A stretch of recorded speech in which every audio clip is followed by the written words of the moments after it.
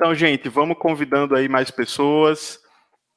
Hoje o nosso tema é Jacó Armínio, História e Legado.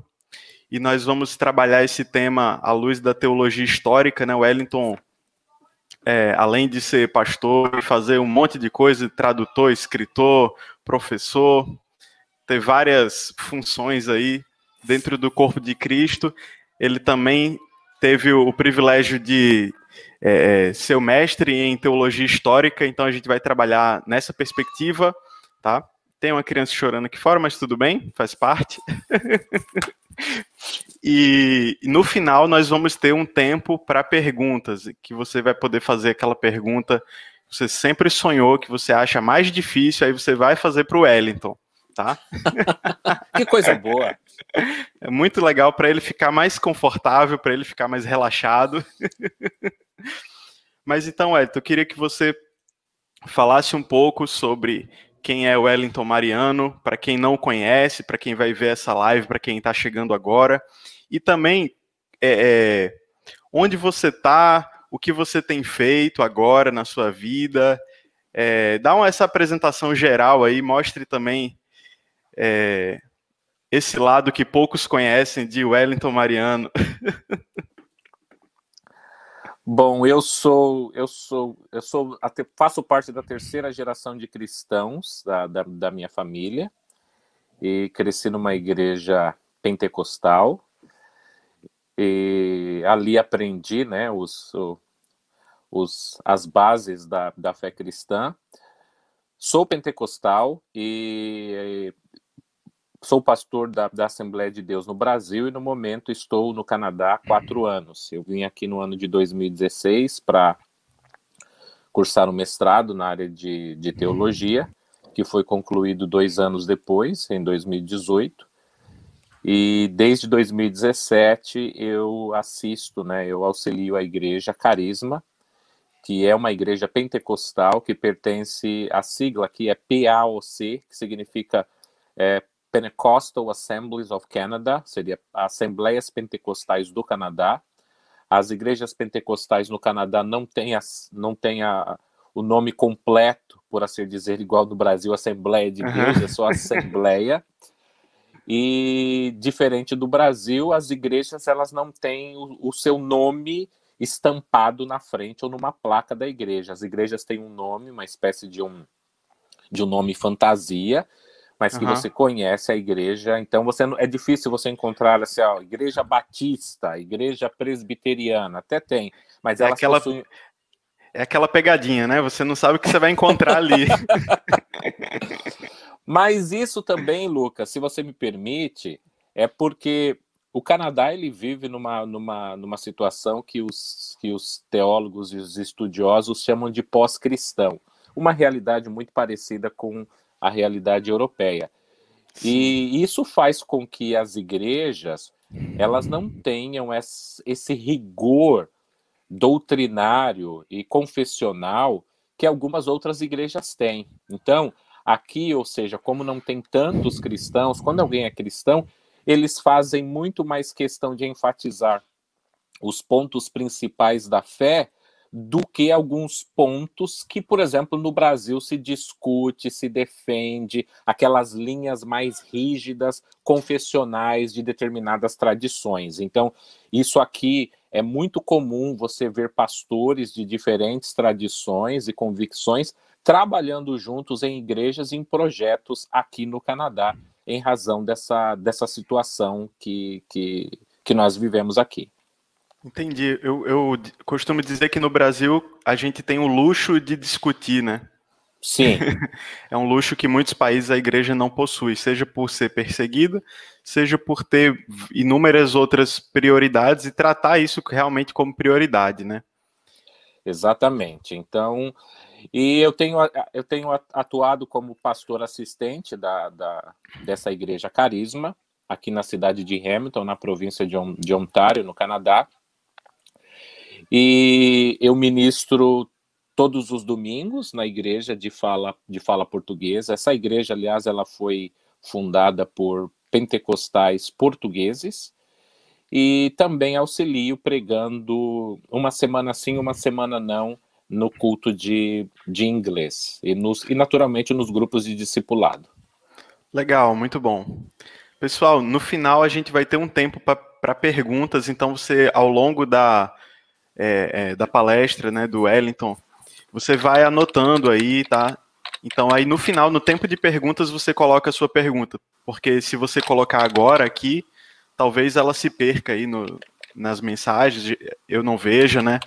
Então, no tempo de perguntas, aí você coloca aí todos os seus anseios, todos os seus questionamentos mais profundos da sua alma, aí você coloca aí que o Wellington vai responder tudo. Então, obrigado mais uma vez, Wellington, por estar aqui colaborando conosco e dando pra gente um pouco do que o Senhor te deu, né? Conhecimento e graça, enfim. Então, desde já quero passar a palavra para você, agora que você vai ter um tempo considerável aí para falar com a gente sobre esse tema, Jacó Armínio, história e legado. Fique à vontade. Bem. E, naturalmente, que caso alguma coisa não fique clara, ao menos para você, Lucas, ou você considere que seja preciso fazer algum comentário, elucidação, naturalmente, basta perguntar. Nós vamos, então, tratar sobre Jacó Armínio, história e legado, e eu gostaria de falar, então, sobre alguns pontos. Então, eu gostaria de falar sobre o papel da educação, da formação teológica formal de Jacó Armínio, o papel da leitura, por exemplo, para Armínio, o papel das discussões teológicas, ou seja, o ambiente mais adequado para essas discussões teológicas na visão de Jacó Armínio, a maneira como que o cristão, na visão de Jacó Armínio, ele deve tratar e ter o seu relacionamento com pessoas que possuem visões diferentes, entendimentos teológicos diferentes do que o seu ou o meu. A visão de Jacó Armínio sobre a maneira como que a discussão teológica ela deve acontecer, o papel do pastorado para Jacó Armínio, o papel do professorado também para Jacó Armínio, e, naturalmente, algumas considerações finais.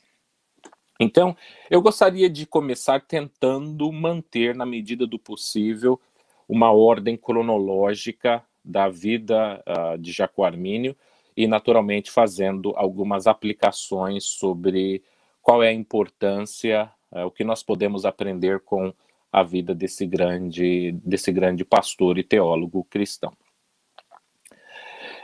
Jacó Armínio, ele infelizmente, ele perde o seu pai antes mesmo dele nascer, e ele perde a sua mãe e os seus irmãos por volta de 14, 15 anos, em um massacre na cidade de Aldewater, realizado pelos militares que estão a mando do governo católico romano espanhol.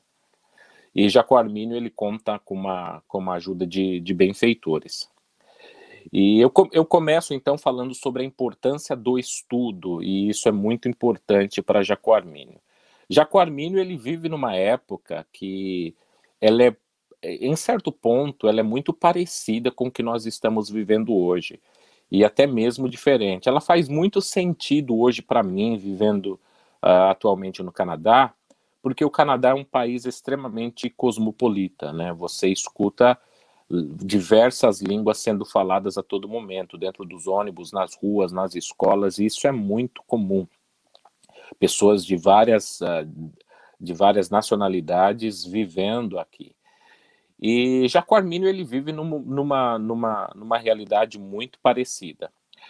Mas, antes de eu falar sobre isso, eu quero falar sobre a educação, então, de Jacó Armínio. Jacó Armínio, ele vai estudar em uma escola, que talvez a melhor tradução para essa escola seria a Escola São Jerônimo, e ele vai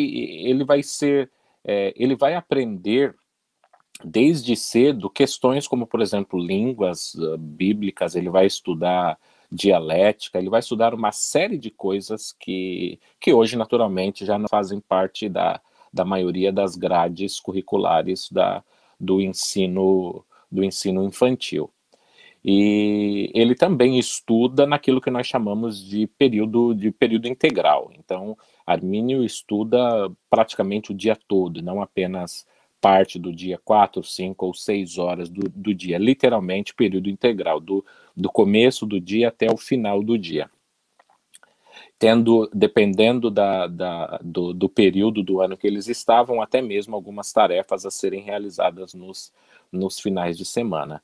E isso, naturalmente, que desenvolve o intelecto de Jacó Armínio mesmo adolescente.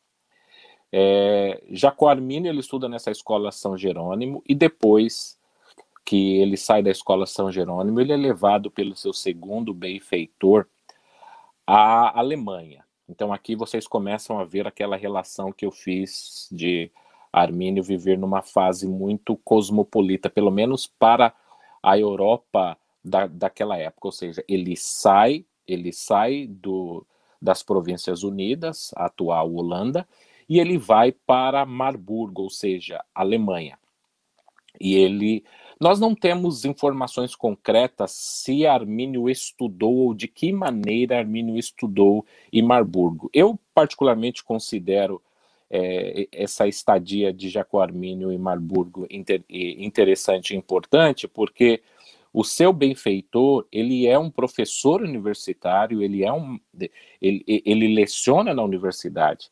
Então, ainda que Armínio não tenha formalmente estudado na universidade, ele naturalmente tem contato com essa universidade em razão do seu benfeitor ser um professor universitário, trabalhar na universidade e ter contato com a universidade. Então, é quase óbvio pensar que Jacó Armínio tem algum tipo de contato com os estudos sendo desenvolvidos na Universidade de Marburgo, ainda que ele não tenha de maneira que ele possa não ter estudado formalmente ali. E isso levanta algumas suspeitas, ou pelo menos a tentativa de se conjecturar se, por exemplo, o fato de Armínio estar em Marburgo e aquela escola ter sofrido uma influência de Philippe Melanchthon, se aquilo já nos primeiros anos estudantis de Armínio, se Armínio já não começa a desenvolver uma inclinação ao entendimento melanctoniano na soteriologia, isto é, na doutrina da salvação. E então você veja que Armínio, ele nasce nas Províncias Unidas, ele é levado para uma outra província, depois ele sai dessa província, ele vai para Marburgo, ele volta, ele mal chega em Marburgo, na Alemanha, e ele precisa retornar a Aldewater, porque é nesse período em que acontece o massacre daquela cidade, em que Armínio perde o restante dos seus familiares imediatos. Nós costumamos ouvir muitas pessoas falando de que Armínio ele perdeu todos os seus parentes, mas uma qualificação aqui é necessária no sentido de dizer que perdeu todos os seus parentes imediatos, ou seja, perdeu pai, mãe e irmãos, porque a leitura da biografia de Jacó Armínio escrita por Carl Banks deixa claro que Armínio, por exemplo, tinha uma tia viva. Então, quando nós falamos de família, é preciso deixar bem claro que o contexto é a família imediata, nesse sentido. E depois disso, Jacó Armínio ele vai fazer parte da primeira turma da Escola de Teologia de Leiden, a mesma escola, a mesma faculdade da qual ele viria anos mais tarde se tornar professor universitário, a partir do ano 1603, de 1603 até 1609, que é o período do seu falecimento, 19 de outubro de 1609.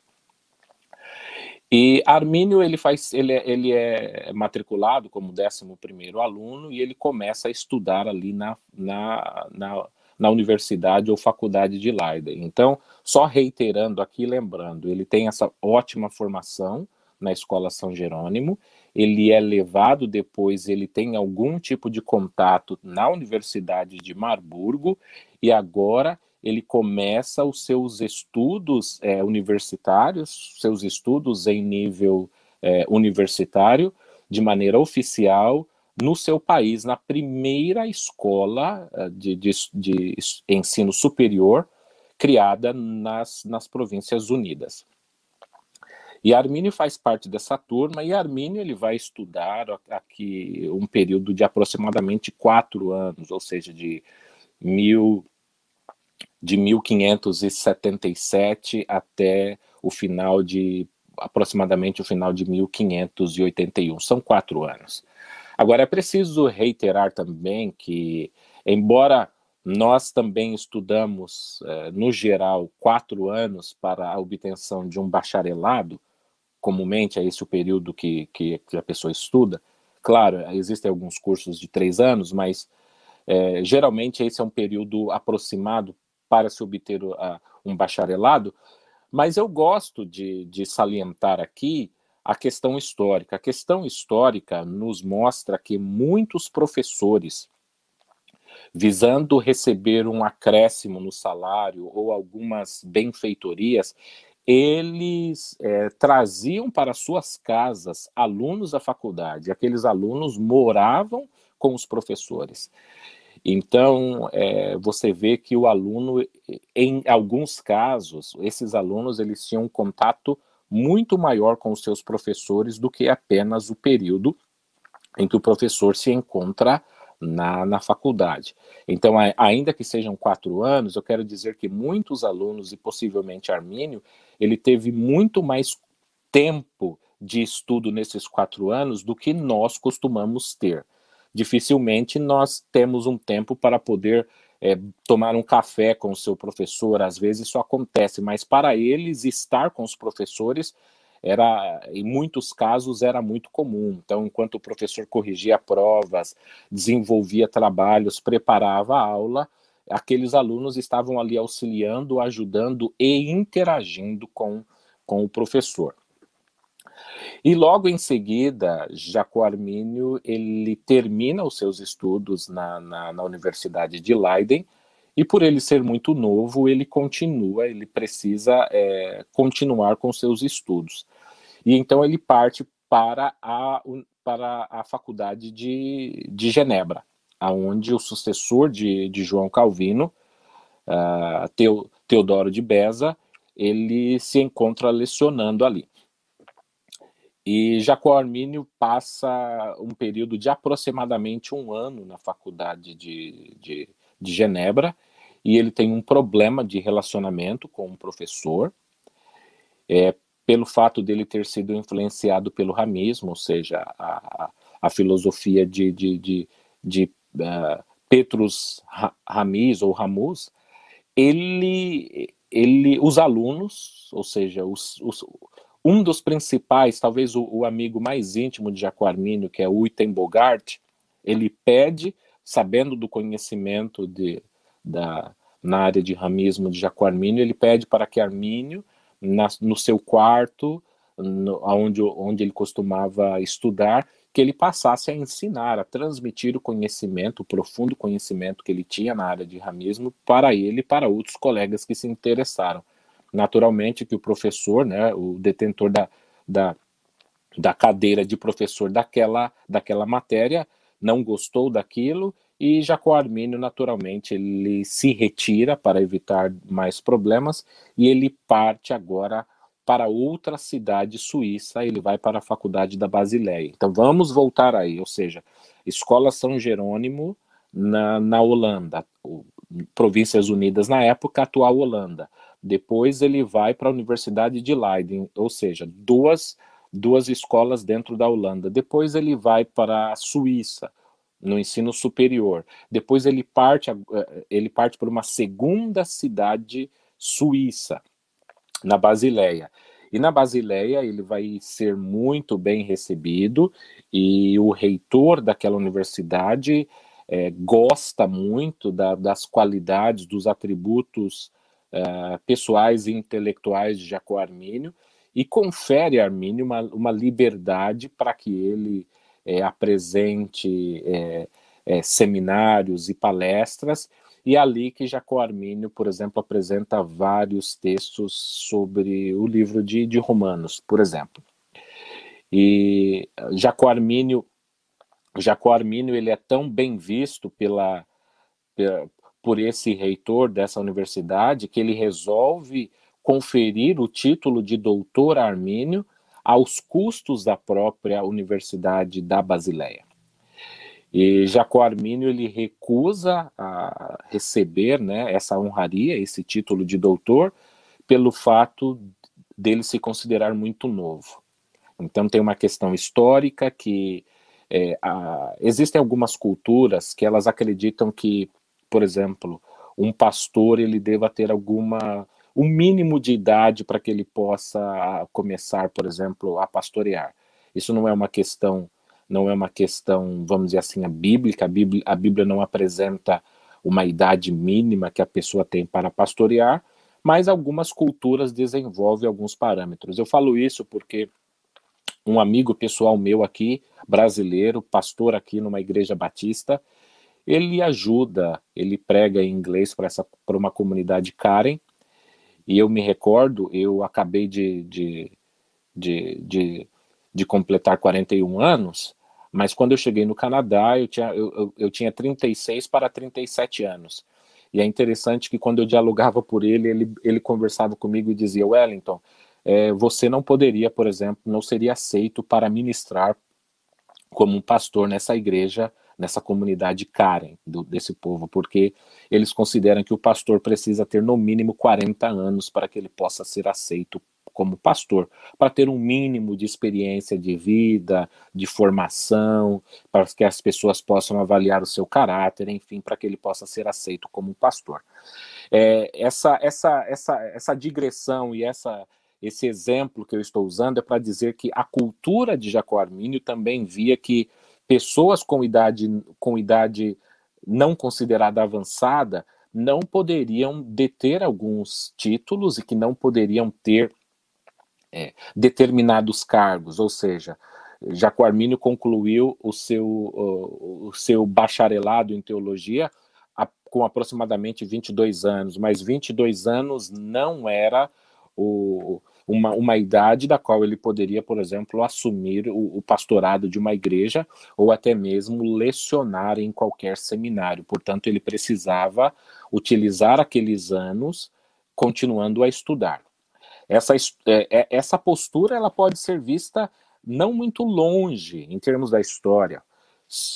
Aquelas pessoas que conhecem, por exemplo, um pouquinho da história do Dietrich Bonhoeffer, ou Bonhoeffer, dependendo de qual seja a verdadeira pronúncia do nome dele em alemão, vê que ele também precisou viajar. O Bonhoeffer, ele precisa, ao terminar o seu doutorado com antes de 23 anos, ele acaba indo viajar para os Estados Unidos para completar os seus estudos, mas isso porque também a idade dele era considerado muito novo para que ele exercesse determinadas funções. Então, essa era uma questão cultural da época. Então, Armínio ele fica na Basileia e ele recusa o título de doutor por essas questões culturais, e depois de passar um período na Basileia, ele retorna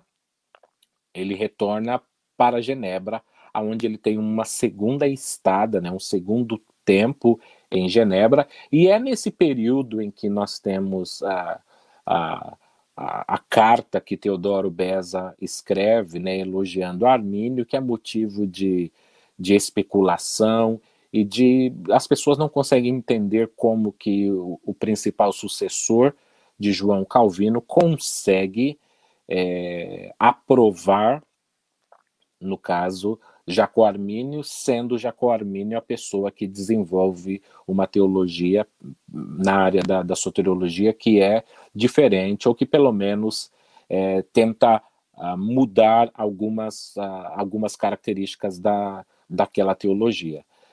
E após esse período, então, Jacó Armínio ele ainda vai passar um período de estudos na cidade de Pádua, na Itália.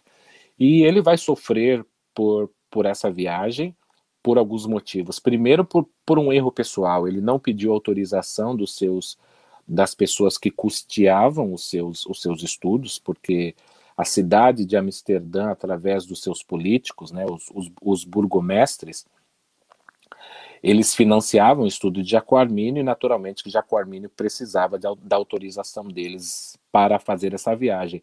E Jaco Armínio fez essa viagem, que era comum na época, vários alunos fizeram. Quando nós falamos de Jaco Armínio, não quer dizer que só ele fez, muitos outros alunos também fizeram esse tipo de viagem. Mas a viagem de Jaco Armínio, por ele ter ido estudar na Itália, ou seja, e a Itália é conhecida, né, por ter a sua sede em Roma, e a Roma ser a sede do catolicismo romano, isso é entendido pelos oponentes de Jaco Armínio, que Jaco Armínio tem algum tipo de deserção. E há, por exemplo, teólogos calvinistas que defendem que é exatamente nessa viagem que Jaco Armínio vai mudar as suas posições, ainda que não exista nenhum tipo de comprovação documental do que possa ter acontecido nesses locais. Mas a questão é que as Províncias Unidas estavam tentando se desvencilhar politicamente, economicamente, religiosamente do domínio espanhol, católico romano. Então essa viagem de Jaco Armínio, ela é empregada, ela é utilizada como um expediente contrário a Jaco Armínio, já que as disputas na época, hoje nós falamos entre essa dualidade entre arminianismo e calvinismo, mas na época a dualidade não era apenas teológica, a dualidade também era política, era uma questão de independência do país. Então, eu costumo sempre frisar aos alunos, ou nas palestras, ou todas as vezes, que a acusação de que Jaco Armínio era católico romano não procura manchar apenas as suas credenciais protestantes, ou a sua ortodoxia protestante, ela também procura manchar, para quem vivia na época de Jaco Armínio, com o seu patriotismo, ou seja, era o mesmo que dizer que ele estava indo para o lado do inimigo, não apenas religioso, mas politicamente falando. Então vamos voltar em nível superior. Jaco Armínio ele estuda em Leiden, depois Jaco Armínio ele estuda em Genebra, após Genebra Jaco Armínio estuda na Basileia, depois da Basileia ele estuda em Genebra novamente, e depois ele estuda em Pádua, na Itália. Então nós temos aqui um período de aproximadamente 10 anos, um período que corresponde aproximadamente de 1577 a 1587, em que Jaco Armínio está buscando a sua educação formal. Ou seja, mas mesmo após esses seus estudos, ele não tem um título de doutor. O conhecimento, naturalmente, que ele tinha já era de um doutor, mas ele não tinha o título de doutor. Esse título de doutor vai ser conferido a Jaco Armínio anos mais tarde, quando ele aceita o cargo que lhe oferecem de professor na Universidade de Leiden, e esse título de doutor é conferido exatamente por Francisco Gomário, que é responsável por analisar o documento, né, o escrito que Jaco Armínio vai apresentar para o recebimento do título. Então, em termos de educação, eu gostaria de falar sobre história e legado. A história foi apresentada. Eu quero deixar bem claro, portanto, que existe uma questão muito importante para Armínio na educação formal. Ou seja, Jaco Armínio ele tem um período de aproximadamente 10 anos destinados ao estudo teológico formal. Então, qual é a importância disso para arminianos? A importância que nós temos do estudo. E aqui, se me permitam, eu gostaria de fazer uma crítica para nós mesmos, arminianos, ou seja, de um arminiano para os demais arminianos, que talvez nós tenhamos desenvolvido um entendimento equivocado de que o arminianismo no Brasil está consolidado, as coisas estão boas, muita coisa melhorou, mas as pessoas não têm noção, eu acredito que do todo. E eu falo nisso no seguinte sentido, veja, as editoras brasileiras que estão publicando livros e obras arminianas, elas são editoras que podem ser consideradas de pequeno ou médio porte. E eu gostaria de deixar claro para vocês que as edições, por exemplo, de livros, são edições, geralmente, quando uma edição é considerada uma boa edição, uma edição de 1.000 livros, ou uma edição muito boa, excelente, de 3.000 livros. Às vezes tem uma segunda, uma terceira edição, feitas por editoras maiores. E muitos livros que têm uma publicação, né, uma impressão muito menor do que 1.000 exemplares, às vezes 300, 400 ou 500 livros. Claro, não por desejo das editoras, mas por uma questão financeira. Mas o meu ponto aqui é o seguinte: tente imaginar, então, uma obra arminiana que teve uma publicação de 3.000 exemplares. Ou vamos aí para 6.000 exemplares, que seja 10.000 exemplares.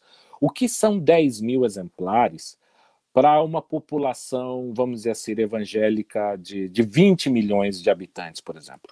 O quanto 10.000 livros representa numericamente para 20 milhões, por exemplo, de evangélicos ou protestantes? Eu estou usando um número aqui aproximado, eu não tenho acompanhado os últimos índices do IBGE, mas eu me recordo que as últimas pesquisas que eu li apontavam apenas para as duas maiores denominações pentecostais do Brasil,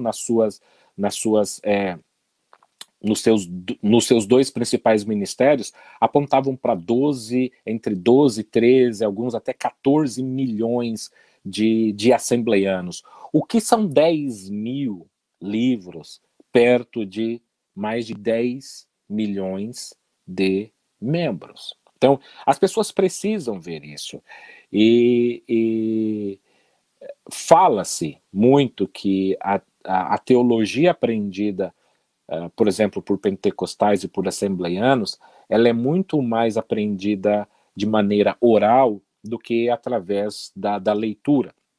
Então, veja, nem todo livro que é comprado ele é lido. Então, nós temos que colocar isso também na discussão. O fato de nós termos, o número que eu estou utilizando aqui sejam 10.000 livros, não quer dizer que esses 10.000 livros tenham sido entendidos. Aí nós podemos aprofundar ainda mais essa questão. Esses 10.000 livros até podem ter sido lidos, mas não quer dizer que eles tenham sido entendidos. Dúvidas foram feitas, ou até mesmo entendimentos equivocados acerca da correta interpretação do que o tal autor disse, ou escreveu, ou tentou dizer. Então, é por isso que algumas pessoas às vezes me perguntam se existe essa necessidade de lives como essa. E essas lives são extremamente importantes. Por quê?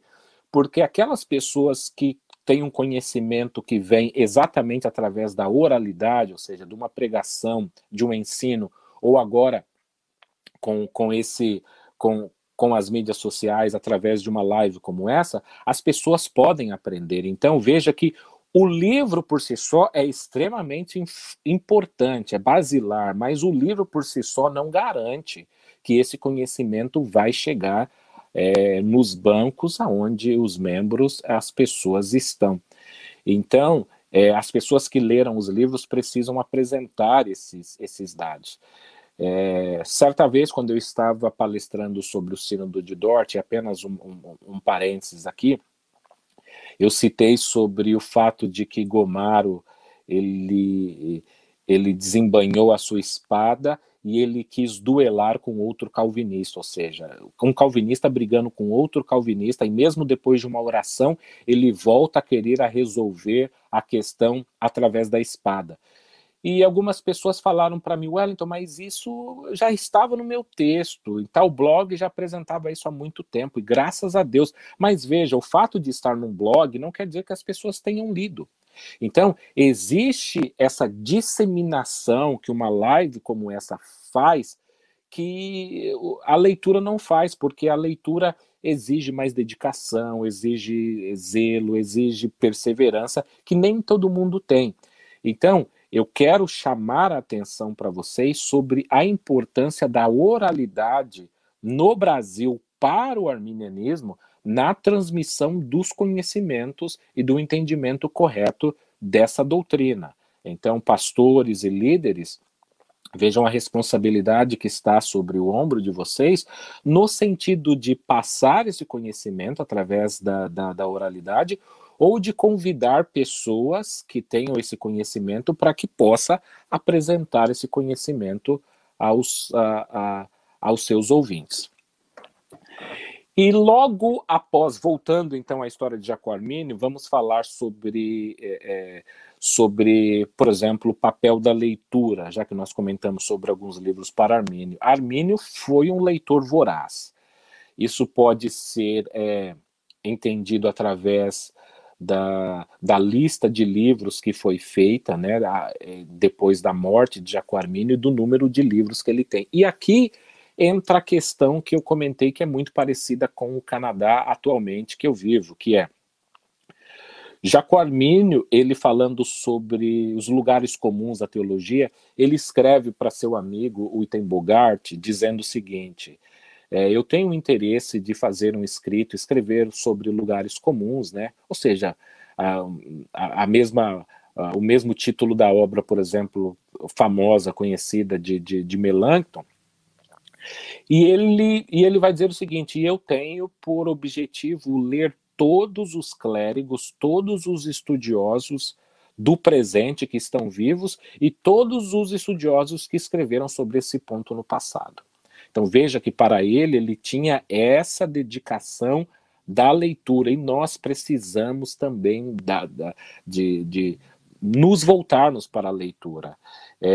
Em se tratando de pastores, essa foi algo que o apóstolo Paulo deixou, por exemplo, como por orientação a Timóteo, né, para que ele se dedicasse à leitura. E pastores e professores têm essa responsabilidade de se dedicar à leitura. Eu ainda acho muito importante, como legado de Jacó Armínio, o fato de Jacó Armínio ler muita coisa que não pertencia à sua tradição, à sua confessionalidade. Então, Jacó Armínio, por exemplo, vai ler católicos romanos, Jacó Armínio vai ler calvinistas, ele vai ler, por exemplo, anabatistas, ele vai ler luteranos, ele vai ler tudo aquilo que está de alcance dele, tendo uma visão mais geral do que apenas fazer uma leitura daquilo que encontra dentro da sua tradição, dentro da sua confissão religiosa. Veja que o entendimento de Jacó Armínio sobre as coisas de Deus não era um conhecimento atrelado única e exclusivamente à sua escola, tradição teológica, ou seja, ele inserido eclesiasticamente dentro da Igreja Reformada Holandesa, ele estava a par de toda a discussão teológica que existia, não apenas em questões soteriológicas, mas em outras áreas. Então, a importância da leitura, e essa, eu penso que os livros que foram produzidos e foram publicados no Brasil, eles precisam ser lidos. É isso que está faltando. As pessoas até compraram alguns livros, mas às vezes algumas pessoas chegam para mim e falam: mas de onde você tirou toda essa informação? Eu falo: essa informação estava nos livros, esses livros que foram publicados, o que mostra que não há tido, de fato, uma dedicação ao estudo desses livros. E aqui eu acho muito importante para que nós não incorramos em um erro. Quando o arminianismo ele começa de fato a despontar por volta de 2012, 2013, de uma maneira mais visível, aparente, através das mídias sociais, a grande dificuldade era: nós não temos livros arminianos. E eu concordo que o número dos livros arminianos ainda não é o suficiente. Mas nós já temos um número razoável de livros. A pergunta é: esses livros estão sendo lidos? Eles estão sendo estudados? Os professores estão utilizando excertos, estão meditando, estão perguntando? Eu, infelizmente, não tenho visto isso. Eu acho que, como legado, já estamos começando, quer dizer, um movimento que ainda não tem 10 anos, parece haver um esfriamento nesse sentido, e eu não vejo isso com bons olhos e não acredito que esse seja o caminho.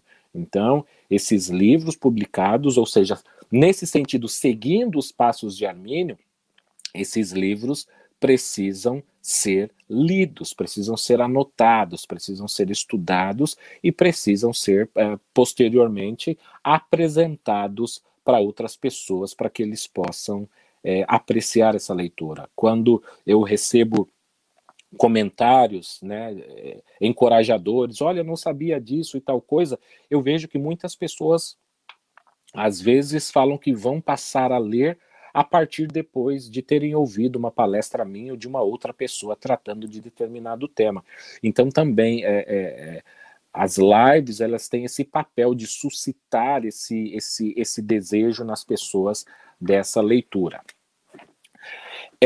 O papel de Jacó Armínio com as controvérsias. Eu acredito que isso tem um legado, tem algumas aplicações práticas para nós. Jacó Armínio deixou claro nos seus escritos que ele não acreditava que todos os temas teológicos eram para ser debatidos por todos. Então, Jacó Armínio tinha esse claro, esse nítido entendimento de que determinados temas não deveriam ser debatidos com todos os crentes. E eu, particularmente, concordo plenamente com ele. Ele dizia que determinados pontos teológicos devem ser debatidos por pessoas que têm um estudo formal, que têm um conhecimento sobre aquele texto. Quando eu falo formal, não necessariamente só de alguém que adquiriu um certificado, um diploma, mas uma pessoa que se debruçou sobre livros, uma pessoa que tem uma vida de estudo, e porque alguns pontos, eles não edificam necessariamente a igreja que não entende aquele ponto. E eu acho que esse erro, ele acontece no nosso meio. É um erro de querer de trazer ao debate pontos que nem todo mundo está interessado em debater. E Jacó Armínio, por exemplo, quando na sua declaração de sentimentos, ele vai fazer uma lista, né? Ele vai começar a enumerar uma série de fatores, né, explicando por que ele objetou fazer certos debates. E em várias dessas objeções, ele vai dizer o seguinte: eu não acredito que esses pontos, se eu começar a debater com vocês aqui, nesse contexto que vocês estão me apresentando, eu acredito que esse debate vai ser trazido aos púlpitos da igreja, algo que eu não quero, que ninguém quer, e que esse debate pode ser levado para outras universidades, mudando todo o currículo daquela universidade em razão do calor do momento e mudando toda uma agenda, né, uma agenda eclesiástica da igreja e uma agenda acadêmica. Então eu acredito que o debate ele deva ser feito dentro de determinados círculos, dentro de determinado espaço. E isso, naturalmente, traz aplicações práticas para a nossa vida. A seguinte o debate soteriológico, por exemplo, ele deve ser feito nas redes sociais de maneira aberta? Eu, particularmente, acredito que não. Eu acredito que ele deva ser feito em grupos fechados. Se a pessoa está lá interessada naquilo, então ela deve debater, mas que isso não necessariamente deva aparecer no seu perfil aberto para todo mundo, porque nem todas as pessoas têm maturidade para entender o assunto, nem todas as pessoas têm a educação formal, o mínimo conhecimento para debater aquele assunto, e aquilo mais divide, desagrada do que de fato cresce e edifica. Então, E outra coisa, pelo menos na época de Armínio, o debate era feito face a face, com pessoas conhecidas, e na internet você debate com, às vezes, você não sabe com quem você está falando, você não sabe a índole da pessoa, a intenção, então eu acredito que isso também deva ser levado em conta. Jacó Armínio era uma pessoa que não achava que o debate devia ser aberto para todas as pessoas. E claro que você pode pensar diferente dele, diferente de mim, é um direito seu, mas eu acredito que nesse sentido ele deixa esse legado e que pode ser aplicado, ou seja, podemos aí a partir daqui, os mais brincalhões vão poder fazer memes, né, dizendo Jacó Armínio não aprova esse seu debate, essa sua discussão dependendo do contexto em que isso foi feito. É claro que algumas vezes isso acontece, mas eu acredito que nós devemos fazer de tudo para que isso não aconteça. Jacó Arminio eu quero falar sobre o papel de Jacó Arminio, a postura de Jacó Arminio agora com as pessoas que não pensavam de maneira igual a ele, ou seja, pessoas que tinham um entendimento divergente. Jacó Arminio foi muito educado com pessoas que pensavam diferente. E talvez o maior exemplo a ser dado é algo que eu acho muito bonito e interessante, que é a relação que Jacó Arminio teve com os anabatistas. Os anabatistas, né, os menonitas, eles foram muito perseguidos na Holanda na época de Jacó Arminio. E, na verdade, os primeiros mártires holandeses, ou seja, das Províncias Unidas, atual Holanda, eles eram os anabatistas, eles eram os menonitas. E quando nós falamos do sangue dos mártires na Holanda, nós não estamos falando basicamente de calvinistas que estão morrendo ou arminianos que estão morrendo, nós estamos falando basicamente de anabatistas, são eles que estão morrendo. São os menonitas que estão morrendo, são eles que estão sendo atacados, porque eles estão sendo atacados não apenas por católicos romanos, mas eles estão sendo atacados por luteranos, eles estão sendo atacados por zwinglianos, eles estão sendo atacados por calvinistas também. Eles estão sendo atacados basicamente por quase toda a tradição protestante que não vê o anabatismo com bons olhos. E uma das questões é exatamente a questão erastiana, ou seja, a relação da igreja com o Estado. O anabatismo, ele rompe com essa noção de igreja com o Estado. Eu não vou me recordar aqui o nome do autor, mas certo autor, ele disse que hoje, né, na atualidade, todos nós somos anabatistas.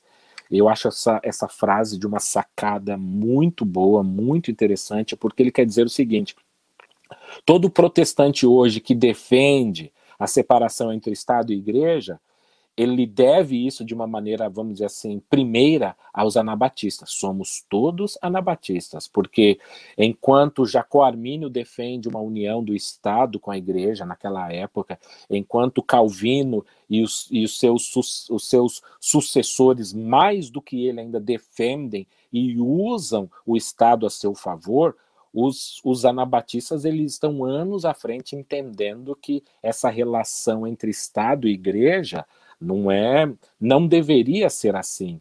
E até mesmo, como é o nome o Abraham Kuyper, ele vai fazer uma revisão, se eu não me engano, da Confissão Belga, que vai corrigir exatamente a visão da união da Igreja com o Estado, ou seja, séculos depois ele vai corrigir o que para ele foi um erro do calvinismo, do século final do século XV, início do século XVI, a partir de 1560, né, e de 1560 em diante.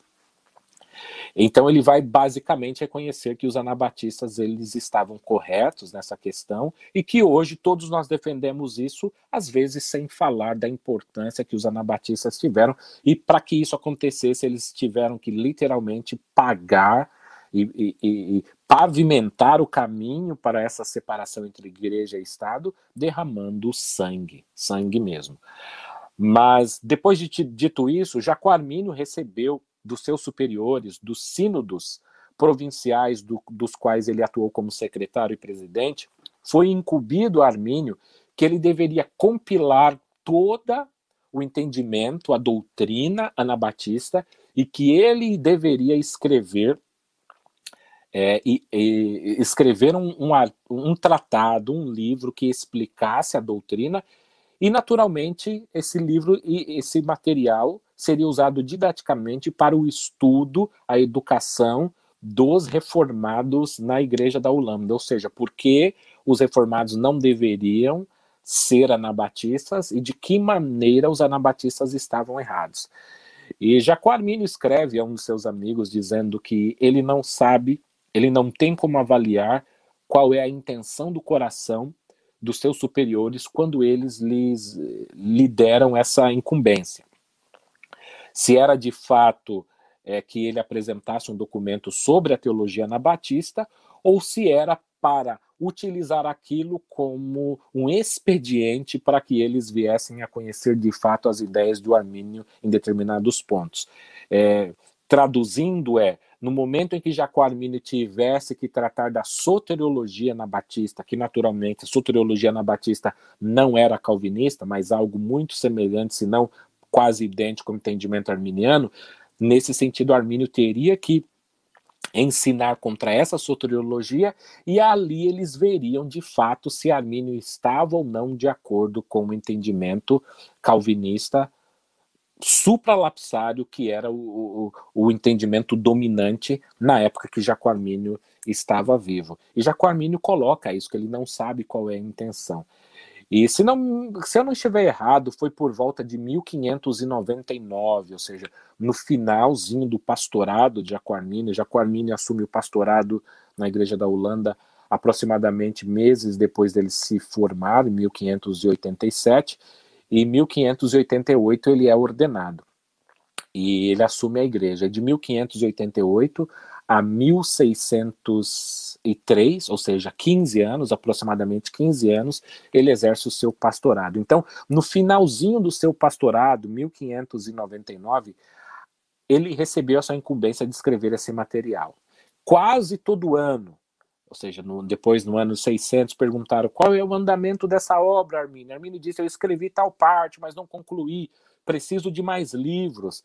E tanto os sínodos, os burgomestres, os políticos, tinham a incumbência de coletar todos os livros que eles tinham conhecimento que tratavam da doutrina anabatista, para que eles enviassem a Armínio, para que Armínio pudesse escrever, porque Armínio também disse que não poderia escrever sem que ele tivesse conhecimento das fontes. Outro dado muito interessante, não podemos escrever sobre nenhuma posição teológica alheia sem que nós tenhamos o mínimo de embasamento e de leitura sobre tais obras.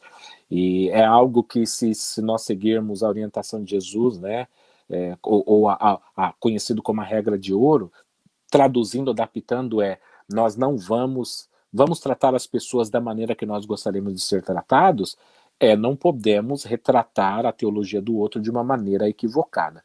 Isso que é comumente realizado contra o arminianismo, mas o fato deles de fazerem isso contra o arminianismo não nos dá o direito de que nós paguemos na mesma moeda. Jacó Armínio procurava isso, eu acho essa qualidade muito benéfica, louvável na postura de Jacó Armínio. Mas a questão é que no ano de 1606, veja, de 1599 a 1606, um período de aproximadamente 7 anos, Jacó Armínio não terminou de escrever, e o Bangs, ele coloca isso, a sua interpretação é que aquilo era uma prova clara de que havia ali um braço de ferro entre Jacó Armínio e alguns dos seus superiores, e que Jacó Armínio não cedeu, e que os seus líderes também não cederam por um tempo, mas a questão é que Jacó Armínio jamais escreveu um tratado, um livro, condenando a teologia anabatista. Isso não quer dizer, entretanto, que Jacó Armínio ele concordasse com tudo da teologia anabatista, mas ele partia do seguinte, defendia a seguinte ideia: o fato de eu não concordar com alguns pontos não quer dizer que eu concordo com outros pontos. Então, isso mostrava que Armínio tinha concordância, que ele via que a teologia anabatista tinha muitos acertos, que em muitos pontos eram muito iguais a ele. Então, ele valorizou isso. E veja que eu acho isso também muito bonito, no sentido de que os cristãos precisam valorizar outros pontos que são bem defendidos, apresentados, ensinados em outras tradições que não a nossa. Então, de uma maneira bem direta e simples, um pensamento não bairrista. Não vou falar bem apenas ou só de quem é da minha tradição, só de quem faz parte da minha igreja e que tem um entendimento correto. Jacó Armínio, eu acho esse legado dele muito bonito, no sentido de que, sim, nós podemos ter divergências, mas desde que nós tenhamos unidade nos pontos essenciais, basilares. Jaco Armínio ele escreveu o seguinte, falando sobre os debates, ele diz o seguinte, o debate, ele deve fazer a seguinte pergunta, estar corretamente em determinados pontos teológicos, isso é base, isso garante a salvação. O que ele quer dizer é o seguinte, eu errar em algum ponto teologicamente, quer dizer que se eu errar em algum ponto eu não vou ser salvo? Se eu, nesse sentido, se o calvinismo estiver certo, o arminianismo estiver errado, quem defende o arminianismo, ele perde a sua salvação por ter um entendimento equivocado? Ou o contrário, se o arminianismo estiver correto e o calvinismo estiver errado, uma pessoa perde a sua salvação por defender um ponto equivocado? Então ele faz esse debate. Para mim, agora interpretação minha, pessoal, eu penso que o que Jaco Armínio tentava dizer é isso. Algumas diferenças teológicas, elas podem existir, mas você defende que aquele ponto precisa ser defendido de tal maneira para que a pessoa seja salva? Se você concordar que aquele ponto necessariamente pode ser entendido de maneira discordante e a pessoa pode ser salva mesmo defendendo uma visão teológica diferente da sua, então para que determinada animosidade com aquela pessoa que pensa diferente de você? Eu acho muito salutar as recomendações e os conselhos que Armínio dá através dos seus escritos, né, na obra Declaração de Sentimentos, em que, falando sobre como devem ser os debates, ele fala que o debate ele deve acontecer em um espaço, conforme eu já falei para vocês, num espaço próprio, e que nenhuma pessoa deve ter a vantagem sobre o outro. Então, algumas pessoas vieram para ele usando o cargo. Eu estou aqui falando em nome do governador tal, estou aqui falando em nome do prefeito tal, uma espécie de carteirada. E Armínio ele vai dizer, se você vai discutir comigo porque você recebeu autorização de uma autoridade estatal, de uma autoridade governamental, e eu não, eu já estou numa posição de desvantagem, porque eu estou debatendo como cidadão e você está debatendo ou falando comigo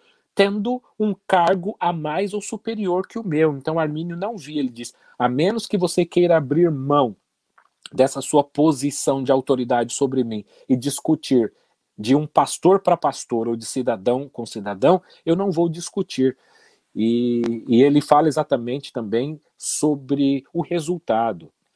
Eu achei bonito, eu achei muito bonito quando ele instrui que se as pessoas não aceitarem a posição dele, ou se o grupo dele não aceitar a posição do outro, se não existe uma maneira de haver uma convivência amistosa entre essas pessoas que têm uma posição divergente. E isso para que não gere cisma na igreja. Então veja a preocupação pastoral de Armínio. E esse é um ponto extremamente importante, porque Jaco Armínio ele é aquilo que é defendido como o pastor teólogo, né? Um pastor erudito, um erudito teólogo, porque ele foi pastor e ele foi professor universitário, ou seja, ele tinha aquela chama no coração e, ao mesmo tempo, também profundidade de conhecimento na área intelectual. Eu, certa vez, em uma outra live, eu falei sobre esse legado, ou seja, todos aqueles que quiserem seguir os passos de Jaco Armínio precisam buscar isso, ou seja, não apenas o fervor e o ardor no coração, mas também procurar desenvolver as suas habilidades intelectuais, né? Coração e mente, as duas coisas desenvolvidas. E Jaco Armínio, ele tem, em tudo que ele faz, ele tem sempre uma preocupação pastoral. Ele não estuda ou especula apenas por, eu tenho uma curiosidade para saber, de que maneira isso vai afetar os meus ensinos, os meus conselhos, as minhas admoestações, quer no púlpito ou de um a um com cada pessoa. Então, quando Jaco Armínio, no ano de 1602 entre 1601, vamos falar agora sobre a praga. O Lucas ele tinha colocado sobre a questão da praga e ela é muito importante para que nós tratemos, porque ela cria um paralelo com a situação que nós estamos vivendo hoje com a pandemia do coronavírus, né, do Covid-19. Jacó Arminio, no ano de 1601 a 1602, a cidade de Amsterdã, ela passa por essa praga, né? Ou seja, eles foram visitados pela peste bubônica. E, naturalmente, todas as pessoas que têm um mínimo de conhecimento sobre a Holanda sabem como os Países Baixos são afetados pela água. E os muitos túneis e aquelas águas, naturalmente, eles eram espaços de ratos que eram os transmissores da doença. E entre os anos de 1601 e 1602, enquanto Arminio é pastor de Amsterdã, a cidade vai perder, ou seja, em 2 anos, um número aproximadamente de 20 mil pessoas. Alguns dias, vejam, alguns dias, em determinados dias, o número chegava a 1.000 ou passava de 1.000 mortos. É nesse momento em que as igrejas na época costumavam enterrar as pessoas no terreno das igrejas. Essa é outra característica que eu vejo, por exemplo, aqui no Canadá também, algumas igrejas muito antigas, você passa na igreja e do lado, atrás, do lado ou às vezes até atrás da igreja, você tem exatamente um cemitério dos membros daquela igreja que eram enterrados ali. E é nesse momento que falta-se espaço, veja, as mortes acontecem em tamanhos números que falta-se espaço, não existem cemitérios, né, que comportam o número de mortos. Eles precisam abrir novos túmulos e abrir novos cemitérios. E naturalmente que as pessoas vivem em um estado de terror, porque o nível da mortalidade é muito alto. E agora veja como que Jacó Arminio tem que lidar com o pastorado nesse momento, né? Nessa fase. E Jacó Arminio, ele visita pessoas. É importante ressaltar, por exemplo, que Bangs, ele apresenta que Jacó Arminio ficou sabendo de uma família que estava doente, afetada provavelmente pela peste bubônica, e que eles estavam com sede, tinham água e não tinham acesso à água. Ele deu dinheiro do seu bolso para que as pessoas comprassem e dessem água àquela família, mas as pessoas não tinham coragem de entrar na casa para dar água para aquela família. E Jacó Arminio, vendo que ninguém se dispunha a entrar naquela casa, ele que já tinha dado dinheiro, agora ele pega a água e ele entra dentro da casa. Ou seja, esse é um pequeno vislumbre, né, um insight sobre a postura de Jacó Arminio, colocando em risco a sua própria vida para que ele pudesse saciar a sede, por exemplo, de algumas pessoas. Então, nós temos alguns vislumbres de como Jacó Arminio era como pessoa, já que Jacó Arminio, ao contrário de Lutero escreveu muito sobre si, sobre os seus pensamentos, né? Mas Jacó Arminio pouco escreve sobre si. Nas poucas coisas que ele escreve sobre a sua vida pessoal, isso acontece exatamente nessa época da praga. Na época da praga tem uma carta de Jacó Arminio em que ele conversa com seu amigo e que ele vai dizer isso, que ele se preocupa caso aconteça alguma coisa com ele, o que ele deixaria para sua mulher e para os seus filhos, né? Como eles viveriam, já que ele não tinha tantas condições financeiras, não tinha um grande patrimônio para deixar. E ele comenta que aquilo foi motivo de ansiedade.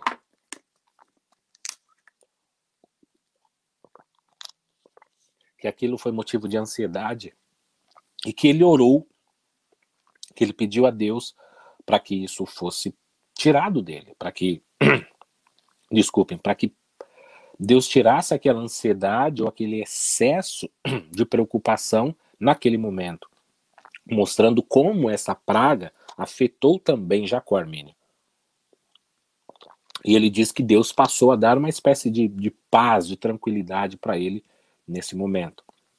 É nesse momento também que Jacó Arminio ele vai lidar com 2 membros da igreja reformada holandesa de Amsterdã, um homem e uma mulher, em que ambos estão doentes, estão no leito de morte, prestes a morrer, e eles têm uma preocupação se eles são salvos ou não. E na avaliação de Jacó Arminio, não existe nada que desabone, ele faz visitas pessoais a essas pessoas, fazendo o seu papel pastoral, e ele diz que veja como a falta de conhecimento teológico pode afetar aquela pessoa, não no sentido de perder a sua salvação, mas de não lhe dar o conforto necessário no momento que a pessoa precisa. Então, a falta de um entendimento daqueles membros, no caso, sobre a segurança ou a certeza da salvação, levava a que eles tivessem um entendimento equivocado. Então, mas tudo para ele era uma questão prática.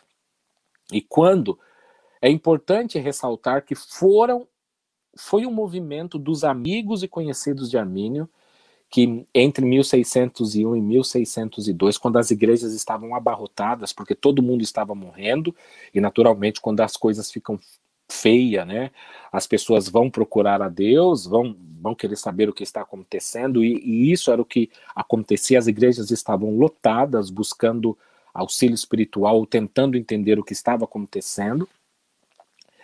E Jacó Armínio tem todo o seu labor pastoral numa fase como esta, e ele manteve a tranquilidade, trabalhou no púlpito e também pessoalmente com as pessoas. Mas entre 1601 e 1602 que 2 dos professores da Universidade de Leiden morrem. E quando eles morrem, aí começa um movimento dos amigos e conhecidos de Jacó Armínio, de Hugo Grossio, do pai do Hugo Grossio, do Witten Bogart, que era o capelão da corte, ou seja, o capelão de Maurício de Nassau, que eles começam a cogitar o nome de Jacó Armínio. E a princípio, Jacó Armínio não aceita o cargo, e ele não aceita o cargo para dizer o seguinte, ele disse... um dos pontos que ele apresenta é o seguinte: o amor que um membro tem para com seu pastor é maior e mais profundo do que um amor que um aluno tem para com seu professor. Então, eu migrar do pastorado para o professorado, eu vou mudar essa questão, essa relação de amor. Primeiro porque a igreja gosta de mim, eu gosto da igreja, e eu já tenho uma relação de 15 anos com essa igreja. Agora eu teria que mudar para uma outra cidade, para um outro lugar, para um outro espaço, e vou ficar com alunos por um período de tempo que talvez nós não possamos desenvolver um relacionamento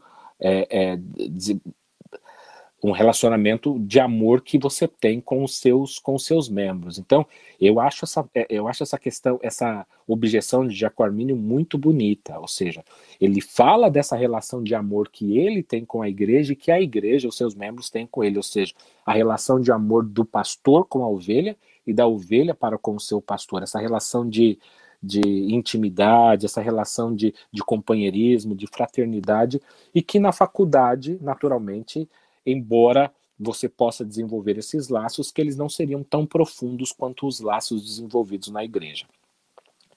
Ele vai dizer também que na igreja ele não adentra em tais pontos, conforme eu já disse no decorrer dessa live, que ele não acredita que determinados pontos deveriam ser tratados na igreja, mas que a universidade é o espaço adequado para você lidar com questões mais profundas. E que isso, naturalmente, pode, e como de fato trouxe muitos debates, muitos problemas. Então ele sabia que o ambiente pastoral era mais pacífico, e o ambiente professoral, né, dentro da faculdade, é o ambiente mais propício para debates. Não no sentido sadio da coisa, em debates que podem trazer consequências danosas para os envolvidos. E eu quero apenas concluir com alguns fatos curiosos que eu não vejo algumas pessoas comentando, mas, por exemplo, Benz, ele comenta que Jacó Armínio teria lutado na rua com um bêbado. Esse bêbado ele foi chamado para explicar a situação. É interessante que está lá no livro, né? Depois eu posso até passar a referência para as pessoas, e que há uma história que corre no século XVII, que Armínio era uma pessoa fisicamente forte. Embora essa história não possa ser comprovada, ele diz que há rumores de que Armínio teria sido uma pessoa de um vigor físico, e que ele também teria corrido atrás de um fugitivo, né, uma pessoa que fugiu e que Jaco Armínio ficou sabendo daquilo, que correu, segurou aquele homem, derrubou aquele homem no chão e ficou segurando aquele prisioneiro até que a polícia, as autoridades competentes pudessem chegar e voltar a prender aquela pessoa. Mas eu acredito que por hoje eu acredito que está bom para nós, e eu volto aí pro Lucas para ele dar continuidade ao que nós temos que fazer a seguir. Muito obrigado. Quer dizer, então, que Armínio era lutador, lutava jiu-jitsu. Nossa, isso é uma realidade que eu não lembrava. São muitos tem esse detalhes. boato mesmo, é verdade. São muitos detalhes. O livro de Banks tem muitos detalhes. Nem eu mesmo lembrava. Me preparando para essa live, eu voltei a folhear e falei, olha que interessante, eu nem lembrava disso mais. Às vezes a gente fica com a linha histórica mais geral na cabeça, né? Eu mesmo já memorizei um pouco o geralzão, mas a gente pode perder alguns detalhes, né? Quando a gente vai compartilhar com outras pessoas. Então, o Banks faz essa recuperação bem detalhada de tudo o que pôde ser recuperado, né, da história. Sim. E é muito interessante, tem muitas coisas legais. Muito obrigado, Wellington. Foi muito esclarecedor e também muito prático, que é uma preocupação que eu sempre tento trazer também quando eu estou falando ou quando eu estou convidando pessoas. Eu sempre puxo para não ficar apenas o aspecto teórico, mas também a gente sair e levar alguma coisa para o nosso dia a dia. Teologia também é feita para a gente sair do nosso quarto e para a gente viver a vida cristã a partir daquele conhecimento, né? Então foi muito bom, está sendo ainda, né? Que ainda não acabou. Então eu queria agradecer a todo mundo que fez perguntas. Já a gente vai responder, mas antes de responder as suas perguntas, eu gostaria de fazer algumas divulgações aqui, a começar pelo próprio livro do Wellington, né? O livro O que é Teologia Arminiana, não sei se vai dar para ver aí, tá? Livro pequenininho, olha só, fininho. O que é Teologia Arminiana, da editora Reflexão. Você pode falar um pouco mais sobre o seu livro, Wellington? Ele foi um livro que foi utilizado para dar início a uma série de outros livros, né, de uma coleção. Tudo começou através desse livro.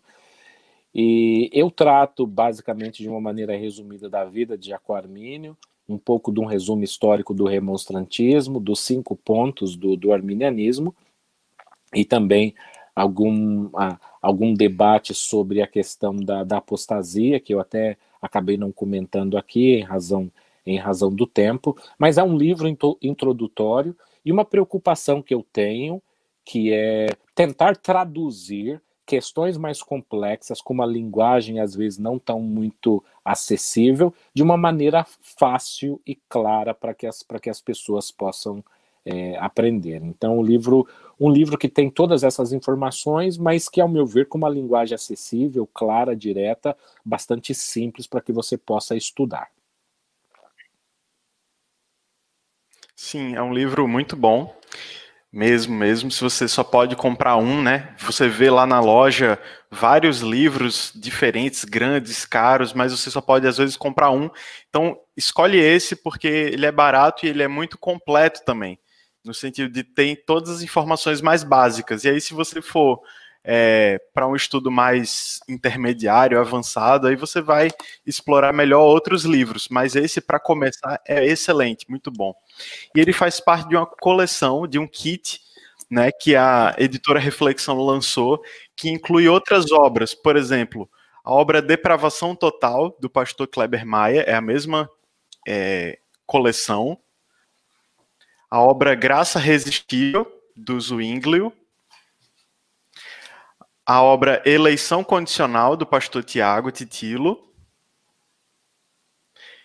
Na ordem, peraí. Expiação Ilimitada, do Vailate. Perseverança dos Santos, do Keith Stanglin, né? E o Pelagianismo e Semi-Pelagianismo, do Ivan, tá? Ivan de Oliveira. Então, todas essas obras formam um kit que você pode comprar num link que eu deixei aqui na descrição desse vídeo, né, aqui no YouTube. E ele está com uma promoção também, você pode comprar ele na promoção na loja da editora Reflexão. Então você compra todos juntos e vai ser um leitor arminiano aí feliz da vida, porque são livros muito bons. Eu também gostaria de compartilhar outros, um que foi grandemente citado pelo Wellington, é esse aqui, já é um pouco maior, mais grosso. Armínio, um estudo da reforma holandesa. Olha, é um livro que fica em pé, né? Deixa eu ver se ele fica em pé. Fica não, mas tudo bem. Mas é um livro que fica em pé, se você segurar assim. Tem algum ângulo que ele deve ficar. Mas é a maior biografia de Armínio que a gente tem, e se você só fala português, ele é a única, né? A única biografia mais completa. Outros livros vão trazer capítulos, mas ele é, como um todo, é uma grande obra que nós temos aqui. O Wellington basicamente se baseou nele, principalmente, né? Claro que teve outros, mas principalmente foi no Bangs, tá? Então, Armínio, um estudo da reforma holandesa. Não acaba, hein? Para quem fica falando aí que não tem livro, a gente já tem muitos.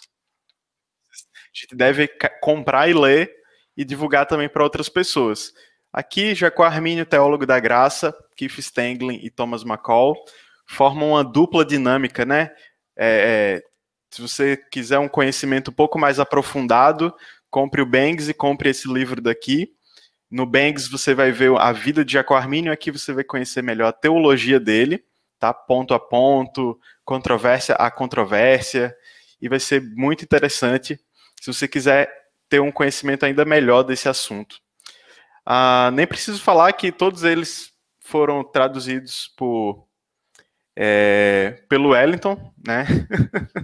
Então foi o Wellington que fez todo o networking, né?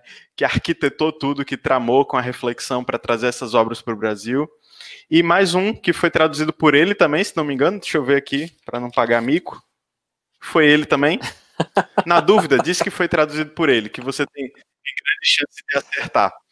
Esse aqui, A Fé e a Liberdade do Homem, a influência teológica de Jacó Armínio, que foi um livro produzido em alusão aos 400 anos do seu nascimento, né? Foi escrito em 1960. Então, tem vários arminianos aqui, e é um livro muito bom que fala sobre a influência do arminianismo na política, na economia, na sociedade. Tem a ver também com o que a gente está falando aqui, que é o legado de Jacó Armínio pelas gerações, pelos séculos dos séculos. Amém. E esse livro é muito interessante, né? E a nossa live também está sendo feita em alusão ao aniversário de Armínio, assim como esse livro, né? Há 461 anos, né? Dia 10 de outubro de 1559, Jacó Armínio nasceu, e no dia 19 de outubro, né, de 1609, ele faleceu. Então, daqui a 2 dias vai fazer uma quantidade aí de anos.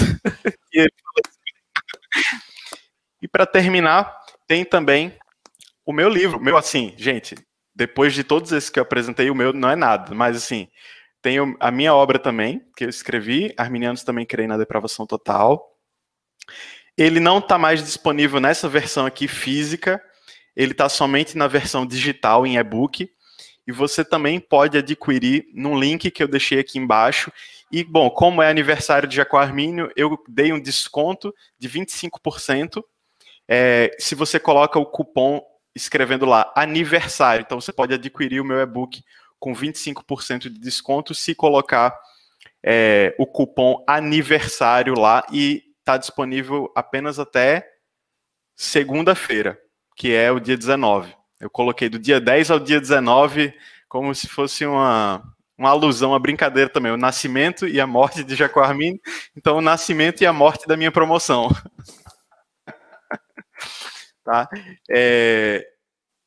Então, E o meu livro também tem um prefácio do Wellington Mariano, ele comprou essa ideia aí e escreveu um prefácio que ficou melhor que o livro. Eu não sei por que ele fez isso comigo, mas o prefácio ficou melhor que o livro. Outras coisas também para divulgar aqui para vocês. O nosso Instagram, o meu Instagram, né, Graça Generosa, onde eu tenho postado vários conteúdos sobre arminianismo. O grupo do Telegram, a gente está com um grupo, Wellington. Você pode entrar lá também se você usa Telegram. A gente está batendo papo, não é uma lista de transmissão onde só eu falo. É um grupo mesmo de bate-papo. E como é no Telegram, não é o WhatsApp, a gente consegue dialogar, não tem aquela coisa meio chata que às vezes o grupo de WhatsApp tem. Então é o grupo do Telegram, tem uma galera bem legal que a gente tira dúvida, fica com mais dúvida, né? Então, tá um link aqui embaixo também para quem quiser entrar. E deixa eu ver se tem mais alguma coisa. Essa live também vai ficar disponível, além do YouTube, no meu podcast, que eu tenho com a minha linda esposa, podcast 2 ou 3, tá? Nesse caso, o Wellington vai ser o 3 agora. 2 só quando eu e ela gravando, agora vai ser o Wellington, né? E esse episódio vai estar lá também disponível, editado, bonitinho, sem essas minhas publicidades, né? E você vai poder ouvir esse conteúdo sempre que quiser. O Wellington com uma voz mais grossa, né? Eu vou ajeitar tudo, pode ficar tranquilo. Colocar vários filtros. Pareceu Cid Moreira.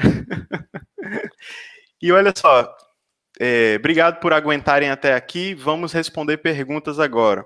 Vamos não, quer dizer, o Wellington vai. Eu gostei do plural, Lucas. Droga. Vamos lá, pastor Jefferson Lima, paz e graça, porque muitas vezes o arminianismo é comparado ao pelagianismo e semi-pelagianismo. Olha, o arminianismo ele é comparado ao pelagianismo, ao semi-pelagianismo, por vários fatores. Primeiro, porque muitos calvinistas, sem conhecimento de causa verdadeiro, conhecimento da causa, eles atribuem, no caso ao arminianismo, ser ou pelagiano ou semi-pelagiano. A falta de produção literária entre os arminianos fez com que os calvinistas monopolizassem praticamente os livros, e esses livros foram disseminados, e existe uma noção equivocada também disseminada, que os livros são importantes, mas é quase que o que é dito num livro não pode estar errado, né? Então algumas pessoas pensam, e isso foi disseminado há tanto tempo, e o arminianismo não teve uma voz durante muito tempo, desde a época de Jacó Armínio, que ficou convencionado isso. Isso também ao fato de que até mesmo nós, né, demos alguns tiros no pé, ou seja, com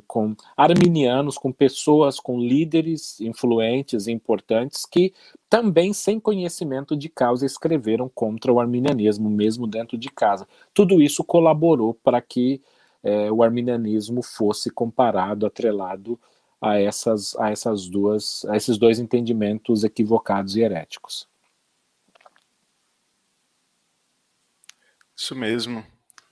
Obrigado pela pergunta, pastor Jefferson. Deus abençoe. Thierry Werneck, não sei se falei corretamente seu nome. Ou é Thierry, né? Pode ser também. As mensagens de Armínio sobre o livro de Romanos já demonstravam uma visão diferente da teologia calvinista? Se sim, houve alguma resistência aos ensinos de Armínio? O Thierry, né? Thierry, é o seguinte, nós sabemos, através do estudo biográfico de Jacó Armínio, feito pelo Carl Banks, que Jacó Armínio ele deu palestra sobre o livro de Romanos quando ele estava na Basileia, ou seja, nós sabemos que Jacó Armínio palestrou sobre o Romanos na Basileia, no seu período de aluno, que ele palestrou, que ele pregou sobre Romanos também, já quando pastor na igreja de Amsterdã, principal pastor da igreja de Amsterdã. Infelizmente, não existem, os sermões de Jacó Armínio não foram recuperados, né? Não tem essas informações. O material que ele utilizou também na Basileia não tem. Agora, nós temos o material escrito sobre Romanos 7 e também sobre Romanos 9. Então, esses escritos de Jaco Armínio permaneceram. Ou seja, no período de pastor, Jaco Armínio enfrentou, sim, oposição dos calvinistas dentro da igreja que ele frequentava, que era pastor, da comunidade que ele vivia, próxima e também distante. Então trouxe confusão, sim, houve confusão, não tanta quanto a confusão que aconteceu quando ele era professor, mas houve sim muitas questões, e isso pode ser visto na biografia de Jaco Armínio, e até mesmo você pode obter as informações sobre o capítulo 7 de Jaco Armínio, até sobre legado. É muito importante que eu li hoje, por exemplo, que tanto João Wesley como Carlos Wesley, eles seguem essa interpretação de Jaco Armínio, e há basicamente também um consenso, pelo menos na Bíblia de Estudo Pentecostal, que segue o entendimento de Jaco Armínio sobre Romanos capítulo 7. Se eu puder colocar apenas de uma maneira reduzida, um dos principais pontos de Jaco Armínio, ele diz: Romanos 7 não trata de um regenerado, que era a posição entendida pelos calvinistas da época, porque, por exemplo, diz que ele é um homem cativo ao pecado, ou seja, preso, escravo do pecado. Como que alguém que recebe graça da parte de Deus, que é nascido de novo, pode ser escravo do pecado? Uma coisa é pecar, outra coisa é ser escravo do pecado. Então isso mostra um pouco da interpretação dele do período pastoral, e que naturalmente essas questões foram superadas, mas que a partir dali começou então uma suspeita, né, sobre a teologia de Jaco Armínio. Show.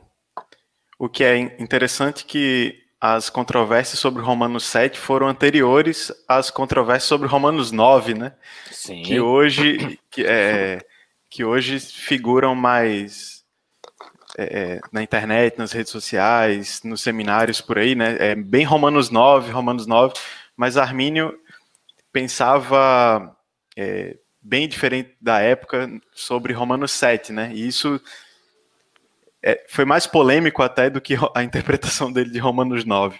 E eu acho interessante também que poucas pessoas sabem ou se lembram, mas quem leu atentamente a biografia vai ver que Gomaro, por exemplo, teve que conversar com Armínio para falar sobre Romanos 7. E depois da discussão entre os dois, Gomaro falou: mesmo que eu não concorde, que eu acho que a interpretação dele está errada, a interpretação dele não é herética, não está errada, e foi defendida dentro da igreja por vários outros pais da igreja e outros defensores. Então, veja que a gente fala, ele fez diferente, mas até mesmo o seu principal opositor, um dos seus principais opositores na época, reconheceu publicamente que não havia heresia na interpretação dele de Romanos 7. Perfeito. Vamos para outra pergunta. Obrigado, Thierry. Vanilto, vocês têm ideia de alguma obra em inglês sobre Armínio ou teologia arminiana que será traduzida em breve no Brasil? E aí, ele quer spoilers. Olha, Vanilto, é isso? Vanito? Tá muito Vanilto. pequeno aqui. Vanilto, eu sei que existem editoras interessadas em obras e que possivelmente algumas obras arminianas serão traduzidas sim, mas eu não tenho e eu não posso dizer aqui quais são essas obras e quais editoras podem fazer isso. Então, mas que pode se esperar aí em um futuro breve que algumas outras obras sejam publicadas em língua portuguesa. Sim. Então, até lá, gente, é muito necessário que a gente compre e leia e divulgue as obras que já existem, porque, como o Wellington falou no começo da sua palestra, essas editoras são de pequeno porte, então elas dependem muito desse marketing mais orgânico, né? Dessa publicidade boca a boca que a gente vai divulgar, mostrar, comprar mais e dar de presente, colocar em bibliotecas de seminários, né? Então, às vezes a gente vai precisar se sacrificar um pouco mais para que mais obras possam surgir, porque essas editoras então vão entender que existe uma demanda, que tem gente comprando, lendo e divulgando, então isso vai alimentar, né? E essas obras. E outra coisa, a gente deve também cobrar por qualidade nas traduções, nas revisões, na capa, em tudo. Não só cobrar que elas existam, mas que existam também com qualidade, né? Para que supram com eficiência essa demanda que nós tanto precisamos. E já existe muita e muita e muita coisa. Eu ainda não consegui dar conta de ler tudo, né? Nem tudo que eu comprei, nem dei conta de comprar tudo que já existe, né? Porque é muita coisa que está saindo, foi tudo muito rápido, né? Aí agora eu estou tentando compro um pouquinho todo mês, e aí vou colocar assim. Então, também sempre faço alguns posts, stories da obra que chegou, e tento dar uma divulgada para que as editoras entendam e vejam que essas obras estão sendo bem recebidas por nós, tá? Então é importante esse feedback também. Porque se ninguém comprar, não vai ter mais, né? Então é uma coisa assim, oferta e demanda básica aí da economia. Então, vamos para a próxima pergunta, do Davi Fonteles. Já que o Armínio só foi pastor de uma igreja, ele começou como auxiliar, quando titular, ele teve pastores auxiliares? E aí, Wellington? Sim, ele começou como pastor titular da igreja. Agora, dentro do contexto de uma igreja, vamos dizer assim, aos moldes do que hoje nós chamamos de uma igreja presbiteriana, ele tinha pastores auxiliares, ou seja, por exemplo, Plâncios, que foi um opositor dele, era calvinista, que também pregava na igreja. É lógico que Jacó Armínio não cometia, por exemplo, o erro que Plâncio cometia. Plâncio gostava muito de cartografia e estava no ramo de navegação, e a história diz que às vezes ele falava mais de navegação e cartografia do que de fato a Bíblia, né? Mas sim, isso para dizer que não, Armínio não era o único que pregava na igreja, como alguns anciãos tinham a sua escala de pregação, mas o responsável, o principal pastor era Jacó Armínio. Afinal, foram os políticos, né, os burgomestres da cidade de Amsterdã, que financiaram os estudos de Jacó Armínio e depois pediram algo em troca. Nós investimos em você e agora esperamos que você retribua servindo a nós na igreja da Holanda. Tanto que quando Jacó Armínio foi aceitar o professorado, ele só pôde aceitar o professorado depois que esses líderes lhe autorizaram, ou seja, disseram que ele não tinha mais obrigação de servir a igreja de Amsterdã. Esse era um empecilho para ele assumir o professorado. Por quê? Porque o contrato dele com a cidade de Amsterdã e com a igreja de Amsterdã era vitalício e a igreja de Amsterdã não queria perdê-lo como seu pastor.